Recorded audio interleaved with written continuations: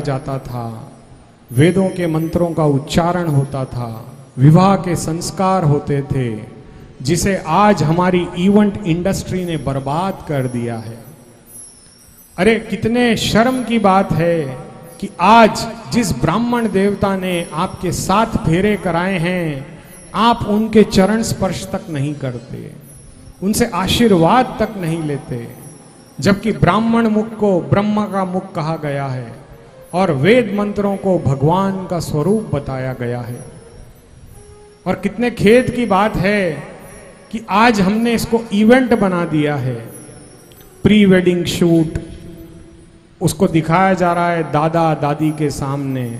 अरे बेचारे दादा दादी साथ नहीं बैठते हैं कि भाई बच्चे बैठे हैं। लाज शर्म हमने खो दी। आज इस प्री वेडिंग शूट को सारे शहर को दिखाया जाता है कि देखो जी हमारा लड़का लड़की कैसे घूम रहे हैं गार्डन में, झाड़ पे। और आजकल तो पता नहीं वो बहुत सारी एक मशीन लगाते हैं, ऊपर चढ़ते हैं, नीचे उतरते हैं। विवाह का तो जैसे मजाक बना दिया है। पुराने जमाने में जितनी शादियां होती थी, आज तक कोर्ट में उनका डिवोर्स नहीं हुआ जी। उनके लिए एक बार जोरदार ताली बजाना। और आजकल के ये बच्चा बच्ची शादी करने से पहले ही डिवोर्स हो जाता है। अंगूठी पिनाने के बाद ही वो बोल देती है अरे ये तो आउटडेटेड मॉडल है, नया फोन चाहिए। ये तो पुराना मॉडल है जी, मेरा पति सही मॉडल नहीं है, नया मॉडल ला दो, जो लेटेस्ट निकला हो बाजार में वो ले आओ। हमारी पुरानी बहनें चाहे पति दुख दे या कुछ बोले, अच्छा बुरा, कई बार उनके मन को दुखा दे, फिर भी इन्होंने अपने पतियों का साथ नहीं छोड़ा। ऐसी बहनों के लिए व्यासपीठ से मैं सभी को नमन करता हूं, ऐसी दिव्य बहनों को। और मेरी बेटियों से ये गुजारिश करता हूं कि जब आप सगाई करो, शादी करो तो संस्कारों से करो।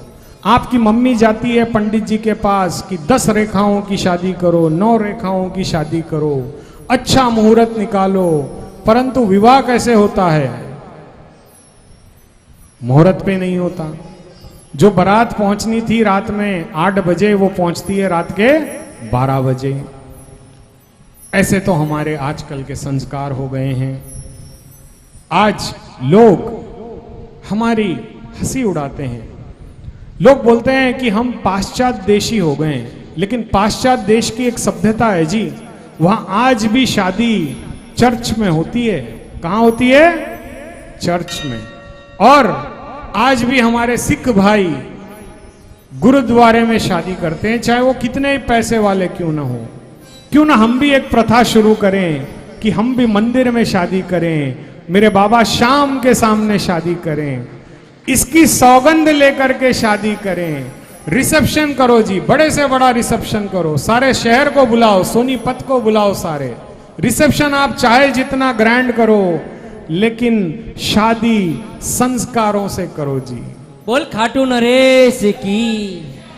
क्योंकि संस्कारों से किया गया विवाह देवताओं के। आपने कभी सुना है जी राम जी ने रात में शादी करी है? आज भी हमारे दक्षिण भारत में, जहां से मैं रहता हूं अभी हैदराबाद, वहां की पुण्य भूमि में कुछ तेलुगु लोग रहते हैं।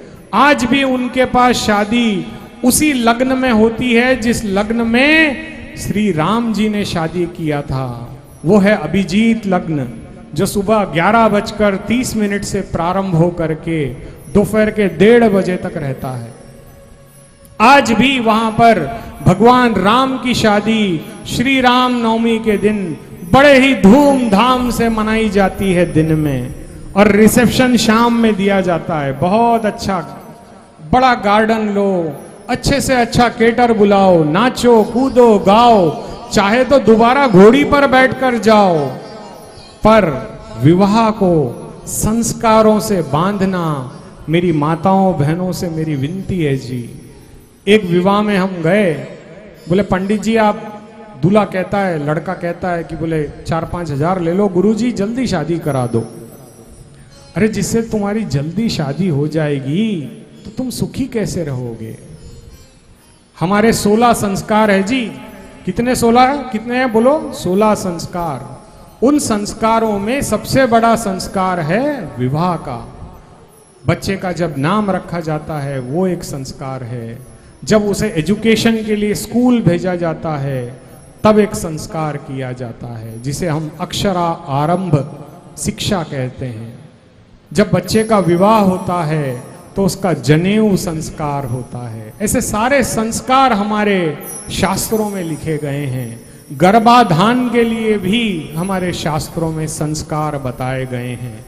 परंतु आज हम हमारे कल्चर से हट रहे हैं और अपने आप को मॉडर्न कहते हैं। मॉडर्न आप विचारों से बनो, संस्कारों को मत छोड़ो, क्योंकि संस्कार हमारी वंश परंपरा से चलते आ रहे हैं और विचार तो आज कुछ होता है कल कुछ और होगा। वो पुराने जमाने में बोलते हैं पुरुष लोग बेल बॉटम की पैंट कुछ पहनते थे, वो फिर कुछ रिपीट हुआ। अब ये हालत हो गया जी कि फैशन तो अपने आप में रिपीट होता है। आज जितनी भी फैशन स्टोर है, जितनी भी कपड़े की दुकान है, सब मेरी बहनों की वजह से चलती हैं। कई मेरे व्यापारी लोग, मेरे मित्र हैं, वो बोलते हैं साहब अगर महिला ना होती तो हम भूखों मरते। मैं बोला क्यों साहब?